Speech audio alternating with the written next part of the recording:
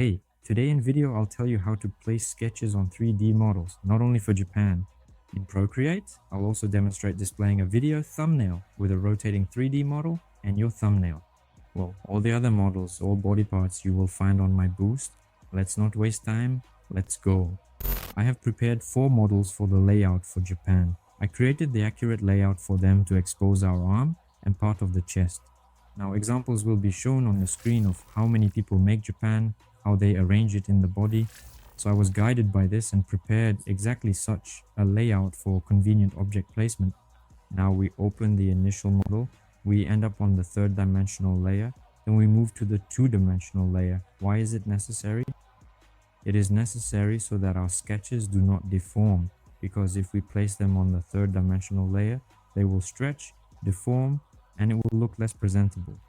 Therefore, all the work is done on the 2-dimensional layer.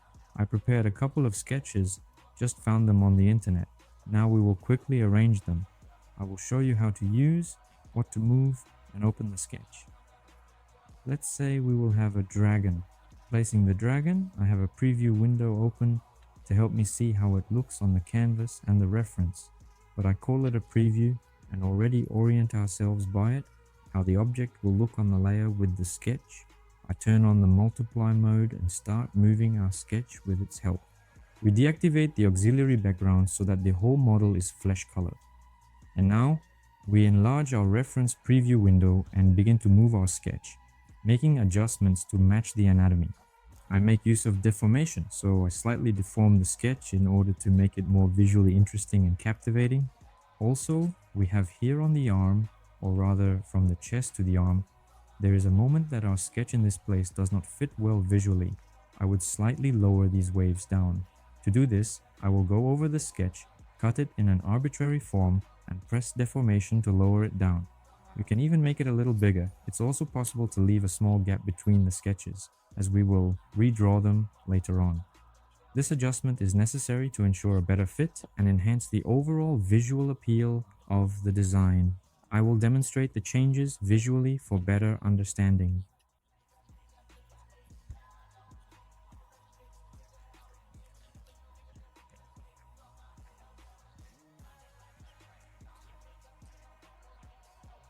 At this particular moment, we boldly draw all of this. I take it turns out with a pipette, I press, I take the color, remove the spaces. The color we have at this moment is a little bit, not a little bit, but very different. This is because I draw in a regular layer without overlay. Now I will make overlay, also multiplication, and it will become more or less similar. And here we will merge the layers, and on the merged layers I made a smudging. Thus I merged the missing parts of the model, or rather in the sketch. In my opinion, it is visually demonstrated. Please deactivate the reference. Let us return to the 3D layer. For clarity on the other shoulder, more precisely the shoulder on the other chest and arm, let's sketch now. Once again switch to the 2D layer and add a thumbnail. Then we mirror the thumbnail. In addition, I also enable the multiplication mode on it.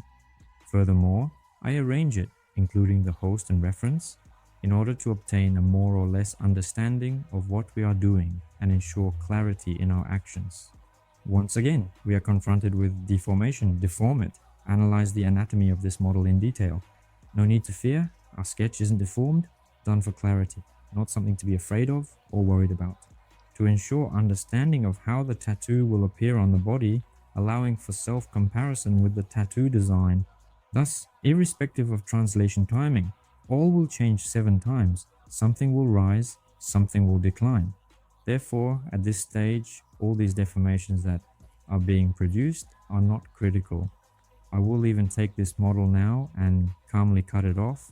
Also choose deformation and calmly lower this carp down the arm. We also have a space formed here.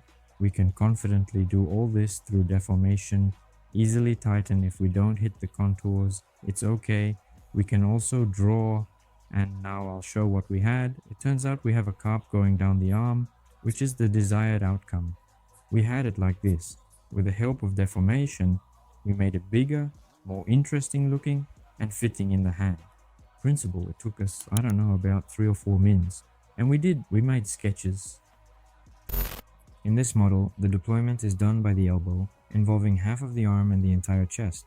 There are also models that are completely handmade, enabling you to make a sleeve and also go to the chest, with a little on the back for added detail.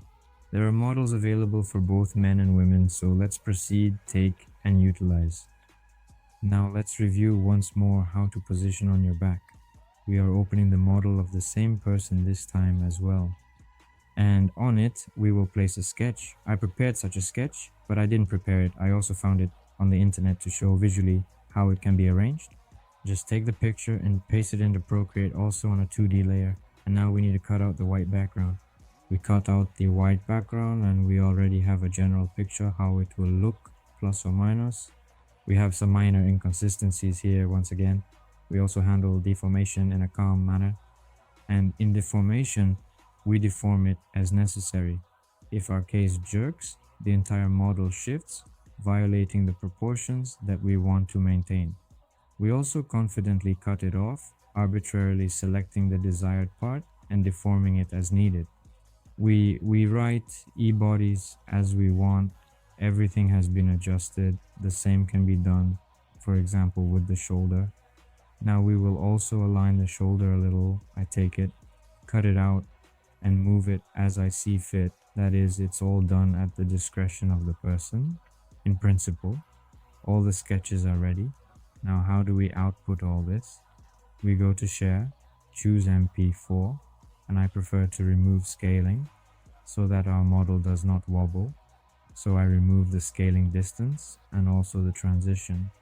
I increase the duration of the animation to 5 seconds. Now our model rotates smoothly. Only here we have a white stripe. Now we will remove it, set 4K export. Now we go to CapCut, and in CapCut we loop our animation. It can last as long as you want, even 15, 20 seconds. Save the video, open CapCut and a new project. But in the project we choose our model. Wait a minute, now I'll trim it preliminarily. We go, and it turns out a photo. We choose our imported or exported, correctly exported object and set proportions for it. Let's say it will be our stories or, I don't know, vertical video. Everything is ready. We return to CapCut, add, take, copy our model, make our animation, let's say 15 seconds. And everything. And here it turns out our model rotates, presents our sketch. This method of presenting the sketch turns out to be completely seamless. That is, our model rotates and it seems that there is no end or edge in this animation. I like this option. So we also export all this stuff. Everything is ready and saved. Additionally, we have 5 prepared models of the torso and back, including models without arms and legs. This allows for sketches to be placed throughout the torso, including the front, back entry, shoulder, and chest. It is possible that someone might make a costume based on these models, so visualizing all of this can be beneficial. In addition, there are girls as well. She also has a slit that extends to the back of the knee. Furthermore, it is also arranged in Japan, making it a customary practice in that country. Examples will also appear now as everyone does it all. In short, all these models are adapted specifically for Japan or simply for a regular skate, but only in a wide format. All other models of all body parts that can be made more precisely where only sketches can be placed. You will find it on my boost. Thank you for watching the video to the end. Bye.